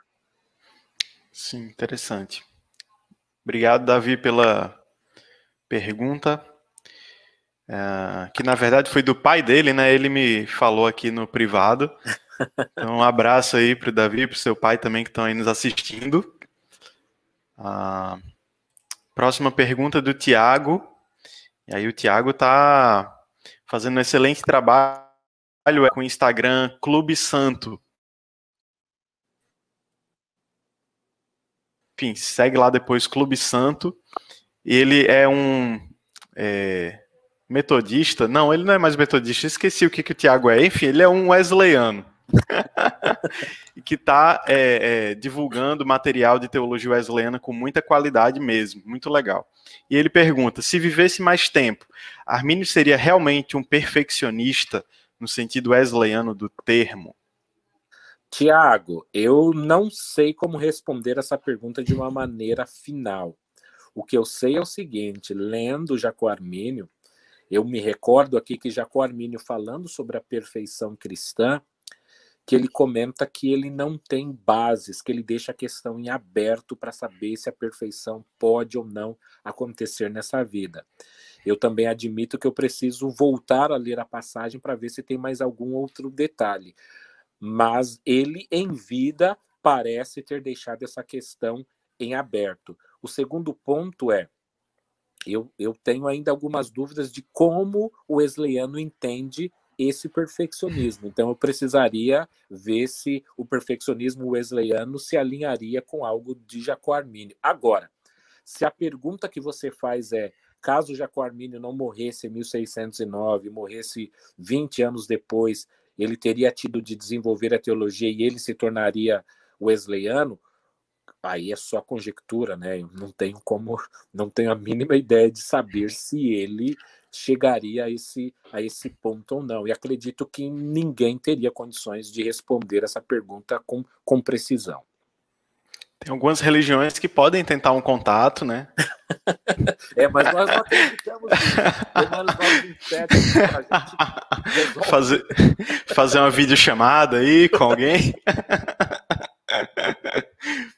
Ai. Pois é, mas não tem como saber realmente, mas ele escreve sobre o assunto, né? Tem um capítulo sobre a perfeição dos crentes nessa vida, mas ele deixa as coisas meio em aberto mesmo. Então, outra pergunta do Thierry. Pode-se dizer que o estudo reduzido da teologia arminiana se dá pelo pouco incentivo das lideranças de igrejas que seguem essa teologia? Thierry, a sua pergunta é muito boa e ela é muito profunda, então veja que eu não tenho tempo de reflexão para poder elaborar, bate pronto aqui. Eu diria que isso não é só reflexo da liderança, eu concordo que tem um papel da liderança, mas assim, eu vejo que o papel da leitura, alguns índices dizem que os evangélicos eles estão lendo mais do que a média do que não evangélicos, então nós acabamos por empréstimo sendo considerados também um povo do livro, da mesma maneira que os judeus são considerados o povo do livro, os cristãos são o povo do livro, da Bíblia, e a Bíblia é um livro que precisa ser lido, interpretado, pregado, ensinado, e nós temos essa relação com a leitura, mas veja que o problema de leitura não é um problema só da igreja, é um problema nacional. Então eu acho que o Brasil como um todo, esses dados e a crítica que bem colocada que o Lucas fez sobre até mesmo das editoras, é que as pessoas não leem. Infelizmente, as pessoas não têm essa postura de ler. E eu acho que vale aqui um conselho de Wesley. Wesley fala, se aplica a leitura, coloque isso como se fosse um exercício. Você precisa saber da importância daquilo e ler mesmo que você não tenha vontade de ler. Você entendeu? Da mesma maneira como às vezes nós trabalhamos mesmo sem ter vontade de trabalhar, mas por necessidade, que nós temos que ler mesmo quando não existe esse desejo por ler e que Deus vai trabalhando. Mas assim, eu acredito que os líderes não incentivam a leitura, que muitos dos líderes também não leem, mas eu vejo que isso pode ser mudado. Eu só quero mudar um pouco da sua pergunta para dizer o seguinte: descobrir o culpado não resolve a questão. Dizer que são só os líderes é muito importante, mas a gente sempre tem que pensar qual a solução disso. Ainda que os líderes possam ser culpados, o que nós podemos fazer para mudar isso, mesmo não sendo líderes? É nos colocando. E eu falo isso, me perdoe, não é me enaltecendo, mas eu aprendi isso, de que maneira nós podemos resolver. Quando eu procurei ajudar o cenário editorial brasileiro, não existiam muitas editoras, nem ninguém publicando. E a questão é, não estão publicando por quê? A questão é como nós fazemos para publicar. Então, se você me entender, eu penso sim que os líderes têm uma parcela de culpa, mas que nós temos que pensar de que maneira nós podemos mudar essa visão desses líderes ou de que maneira nós podemos participar de um movimento que vai levar as pessoas à leitura. Sim, muito bom. Excelente resposta. Deixa eu ver outra pergunta aqui. Jordan McCauley. Quando vai sair o livro sobre o Sínodo de Dort? Parabéns pela live. Opa! Jordan, né? O Jordan. Olha, vocês façam a pressão sobre o Vinícius Couto. Vinícius Couto é o organizador da obra e o meu texto sobre o Sínodo de Dort já foi entregue. Então, eu faço essa brincadeira. Lavou as mãos, hein? Eu transfiro a responsabilidade para ele. Então vocês vão lá no perfil dele e falam: homem, quando vai sair, tá bom? Ok, vou trazer o Vinícius Couto aqui, vou perguntar para ele, dizer que você mandou perguntar para ele. Mas o Vinícius também, né, cara, ele escreve 300 livros ao mesmo tempo, faz 300 doutorados, tem 50 filhos. Como é que pode? É inacreditável a produção dele, inacreditável. Sim, enfim. sim. É uma graça muito abundante ali. E o Ramon pergunta para a gente encerrar, qual a melhor interpretação de João 3,16? É uma pergunta bem abrangente. Eu não acredito que seja qual é a melhor interpretação, eu respeito, mas historicamente, João 3,16 sempre foi interpretado que Deus amou o mundo, e o mundo no sentido de todas e cada uma das pessoas. Deus ama todas as pessoas. E não tem pegadinha que o mundo é dos eleitos, e também não existe pegadinha de que o amor é um amor que não salva, é um amor salvífico aí. Então, a interpretação de João 3,16 é que Deus ama salvificamente todas e cada uma das pessoas, e que o motivo pelo qual as pessoas não são salvas é porque elas resistem à graça de Deus. Sim, só complementando, a maior prova disso é o contexto imediato, né? Porque logo em seguida, João vai escrever que a luz veio ao mundo e o mundo rejeitou. Então, se esse mundo significa mundo dos eleitos, então como é que o mundo dos eleitos o rejeitou? Rejeitou a luz que veio até ele. Então, é a prova mais contundente de que mundo aí significa uma coisa realmente muito abrangente, toda a humanidade, cada uma das pessoas, porque, de fato, Jesus veio a esse mundo para todas as pessoas e grande parte dessas pessoas preferiram andar nas trevas e não na luz, representada aí no texto pelo Evangelho, pela vinda de Jesus mesmo. Então, e a outra ideia é que ele realmente amou salvificamente, né? Porque até o Jerry Walls fala que o que adianta ganhar o mundo inteiro e perder a sua alma? Então, o que adianta ganhar todos os amores não salvíficos de Deus? Sei lá, saber tocar um instrumento, né? Saber compor uma música, escrever um livro. O que adianta saber isso e viver bem por, sei lá, 80 anos e depois morrer eternamente? Então, quando a gente está falando de amor, a gente está falando de amor na máxima potência, que é o amor de Deus, né? O amor elevado ao infinito. Então, é o maior amor que pode ser concebido. E o maior amor que pode ser concebido só pode ser aquele que quer que o outro floresça eternamente, né? Então, esse é o amor de Deus, é muito maior do que o nosso amor. O amor de Deus não pode ser menor que o nosso. Então, Deus amou de verdade, de tal maneira, profundamente, infinitamente, o mundo inteiro, cada uma das pessoas. Só complementando também e corroborando aí com o Wellington, né? E claro que outras interpretações são possíveis e aceitáveis, mas geralmente eles usam outros textos para interpretar João 3,16. Eles não usam o contexto imediato, né? E pelo menos para nós esse é o grande problema. Deixa eu ver se tem mais alguma pergunta aqui. Não. Tem uma pergunta zoeira aqui, mas eu nem vou colocar. O Ramon quis fazer uma brincadeira aí. Claro que é o Wellington, né? Olha aí, ó. Ramon, de vocês, qual é o mais sábio teologicamente? O Wellington, claro. É o Lucas. Não tem nem cabimento uma pergunta dessa. Mas, enfim. Obrigado, gente, pela participação de todos vocês. Estou muito feliz, estou muito animado por vocês estarem aqui participando, interagindo, perguntando. Quero reforçar que vocês cliquem nos links aqui de baixo para conhecer mais o meu livro, o livro do Wellington também, e para entrar no grupo do nosso Telegram, né?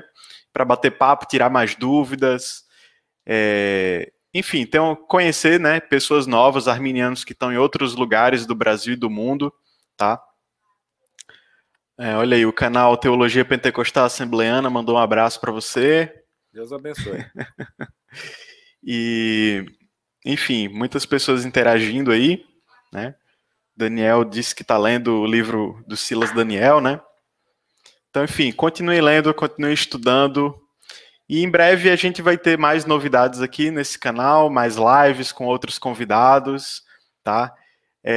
Vou convidar, né, meus amigos aí de muitos anos de internet e eles vão aparecer com a gente aqui no nosso canal para colaborar e construir mais conhecimento de qualidade para nós. Obrigado, Wellington. Deixo você aí com as palavras finais. Eu quero agradecer você, Lucas, agradecer os irmãos e aqueles que puderem. Algumas pessoas perguntam: vocês produzem, onde que está isso? Existem vários, o canal do Lucas, existem canais no YouTube.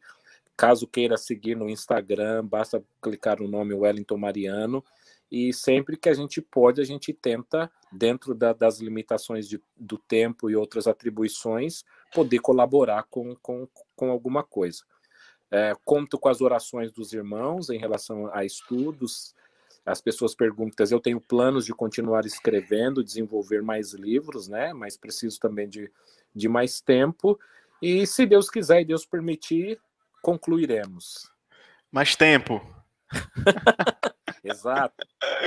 Olha, perguntaram aí, o Jordan perguntou desde o começo e eu esqueci de repassar aqui, ele perguntou de novo. Paz do Senhor, como o Senhor conseguiu a bolsa para o Canadá? Poderia compartilhar conosco? Se é que foi bolsa mesmo, se não foi, enfim. Poderia compartilhar rapidinho, essa pergunta mais pessoal. Como você foi parar aí no Canadá? Como foi essa escolha? Como foi? Porque eu acredito que muitas pessoas também têm o desejo de estudar fora, mas não sabem como fazer, né? Qual é o caminho, qual é o processo. Então, poderia compartilhar rapidinho com a gente como foi isso? Olha, eu trabalhava como tradutor do Sistema Brasileiro de Televisão, do Canal 4 de TV, e eu fui desligado da empresa depois de 11 anos como tradutor. E eu já tinha no meu coração o que eu entendo como um desejo, né, que vinha da parte de Deus para que eu me aprofundasse nos estudos teológicos.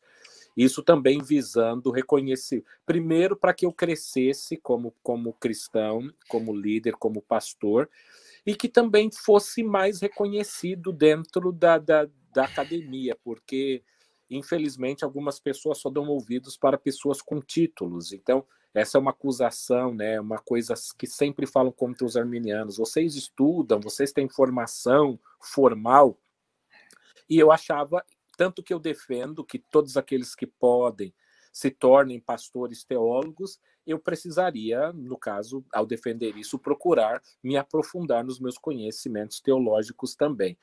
Mas, assim, eu peguei toda a minha renda, eu vendi o carro que eu tinha, eu peguei todas as economias e eu vim para cá com a fé, com a coragem. Então, a bolsa que eu tinha era a bolsa que eu coloquei minha roupa e meus livros dentro para trazer para cá. Não, infelizmente, não tive nenhuma bolsa para isso. E eu vim para cá, paguei, né, investi basicamente todas as minhas economias para cá, acreditando que, tendo fé de que Deus supriria as necessidades. E vim para uma igreja que eu não sabia que existia e Deus continua cuidando da gente aqui. Mas, em termos práticos, né, quem quer estudar fora, ele vai precisar ter uma formação na área de teologia, ou de preferência um outro bacharelado. Ele vai precisar de tradução juramentada de todos esses seus documentos, para ele começar a fazer um processo com uma escola estrangeira. Ele vai precisar de fazer provas oficiais de língua inglesa, e ao passar nessas provas, ele vai ter o seu currículo avaliado pela escola, e aí a escola diz se você aceita ou não. No exterior, não existe muito essa coisa de eu faço o vestibular, é o seu currículo que vale.